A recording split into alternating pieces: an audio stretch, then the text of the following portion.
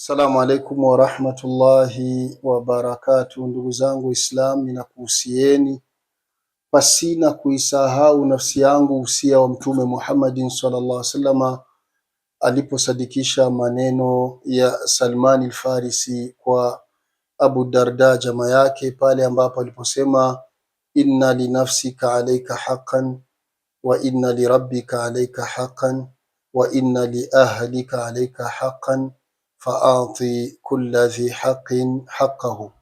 Hakika Allah subhanahu wa ta'ala, ndugu yangu Muislamu, ana haki kwako, na haki yake Allah kwetu ni sisi tumuabudu bila kumshirikisha na chochote kunako ibada, ndiyo kutekeleza saumu ya mwezi mtukufu wa Ramadhan kwa kulinda mipaka yake, kwa sababu ni mwezi ameubariki na kuutukuza Allah subhanahu wa ta'ala. Na vile vile wake zetu wana haki kwetu. Ni imani yangu ya kwamba kila ambaye yuko ndani ya maisha ya ndoa anazijua haki za mke kwa mume, na mume anajua haki za mkewe kwake. Kisha Mtume akasema wa inna linafsika alayka haqqan, na hakika nafsi yako ina haki kwako. Usiingizi katika kiwiliwili chako kile ambacho kitaudhuru mwili wako, katika mukhaddarat, katika yale ambayo yanalevya. Usiharibu akili yako, usiutumikishi mwili wako zaidi ya uwezo wako. Na ndio maana kunako toa ya Allah akatwambia fattakullaha mastata'tum, mcheni Mola wenu kwa kiwango mnachoweza. Ndugu yangu, kama umenifuata kwa makini, ili upate pepo yake Allah subhanahu wa ta'ala, ambayo ndiyo malengo yetu sote kama Waislamu, ni pale ambapo utatimiza haki zake Allah ipasavyo, haki za wale unaowamiliki ipasavyo, na haki za nafsi yako na mwili wako ipasavyo. Ukiweza kutekeleza hivyo, ndio unaipata pepo yake Allah subhanahu wa ta'ala. Ama ukakosea moja katika hizo haki tatu, kuipata pepo ya Allah subhanahu wa ta'ala sio mepesi kama unavyofikiria.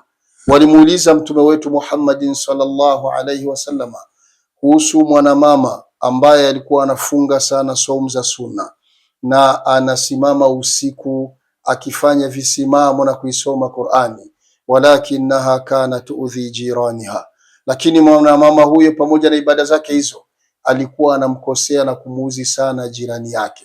Akajibu Mtume Muhammadin sallallahu alaihi wasallam hiya finnar, kwamba mwanamama huyo ataingia motoni.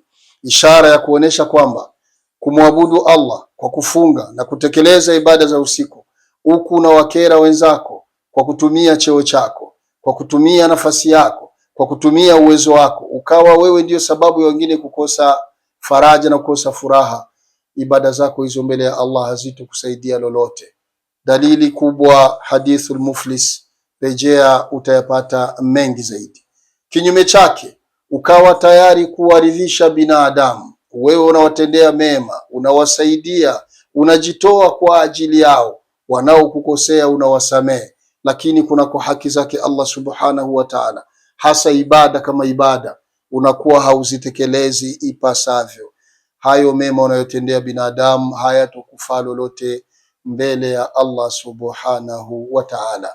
Chunga haki za Mwenyezi Mungu, uchunge haki za viumbe, na uchunge haki za kiwiliwili chako. Hivyo ndio utafaulu katika dunia na akhera. Mola wangu, nimefikisha, ninakuomba uniwie shahidi. Allahumma amin.